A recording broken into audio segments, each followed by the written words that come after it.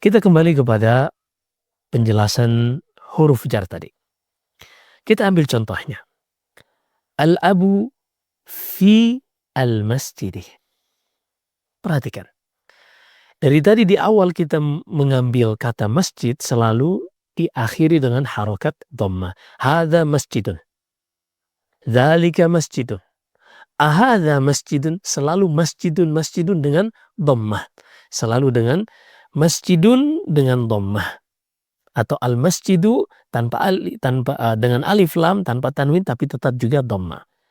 Namun ketika kata masjid ini telah didahului oleh huruf jar fi yang menunjukkan keterangan tempat di dalam, maka kata al-masjid ini berubah harokat akhirnya dari yang tadinya dhammah menjadi kasrah.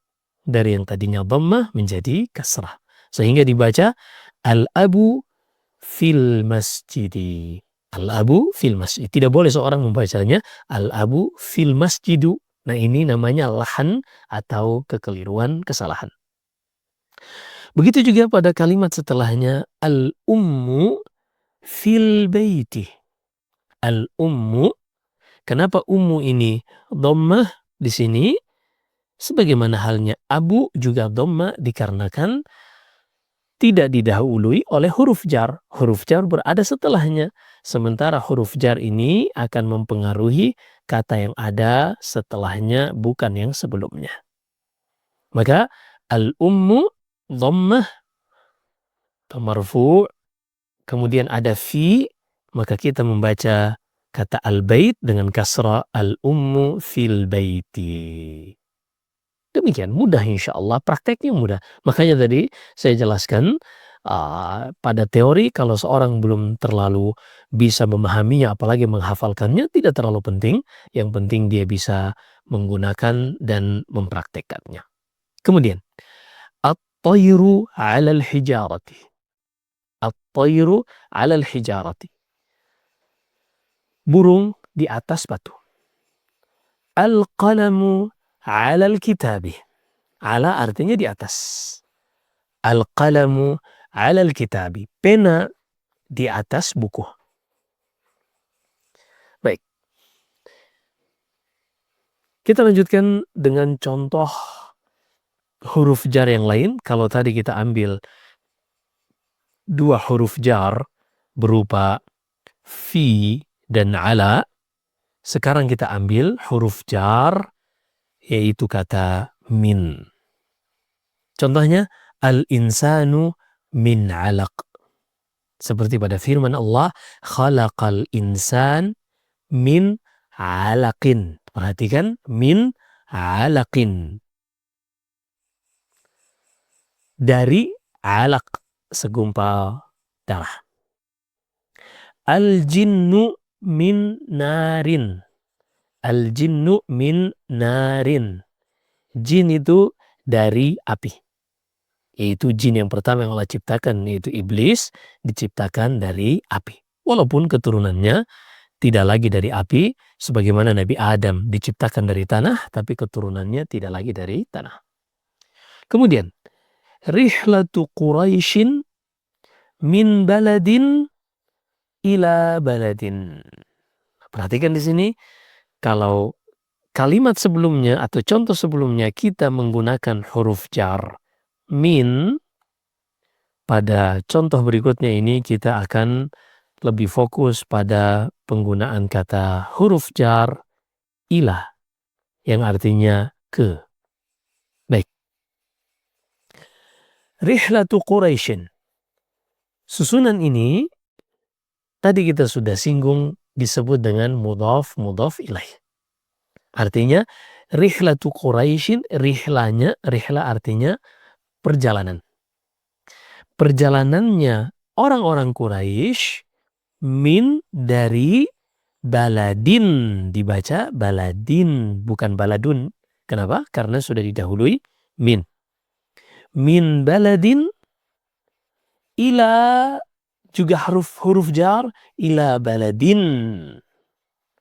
Kasrah ila baladin, min baladin ila baladin. Balad artinya negeri atau tempat. Rihlanya atau perjalanannya orang-orang Quraisy dari satu daerah atau dari satu negeri ke negeri yang lain. Seperti pada firman Allah, li'ilafi Quraisyin ilafihim rihlatash syita'i was-shaif ila akhirihim. Baik.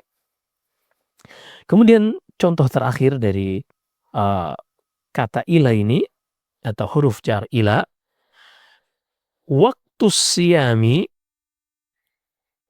siyami artinya waktu berpuasa, waktunya berpuasa. Minal fajri ilal maghribi. Ya, saya rasa kita semua paham maknanya. Minal fajri fajar, ilal maghribi maghrib. Waktunya puasa atau waktu berpuasa itu dimulai dari fajar sampai maghrib. Udah. Dan ini banyak di dalam Al-Quran. Sehingga seorang sebenarnya tidak ada alasan baginya untuk tidak mempelajari bahasa Arab. Karena bahasa Arab itu sangat mudah, apalagi dengan menggunakan metode AMK, Arabiyya Minal Quran, yaitu kata-kata yang digunakan tidak diambil di luar Al-Quran. Sehingga kata-kata yang digunakan ini sudah dihafal lafadznya, tinggal bagaimana kita memahami maknanya dan mengetahui penggunaannya.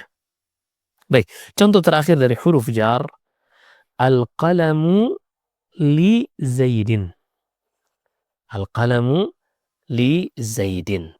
Pena, li tadi kita artikan milik.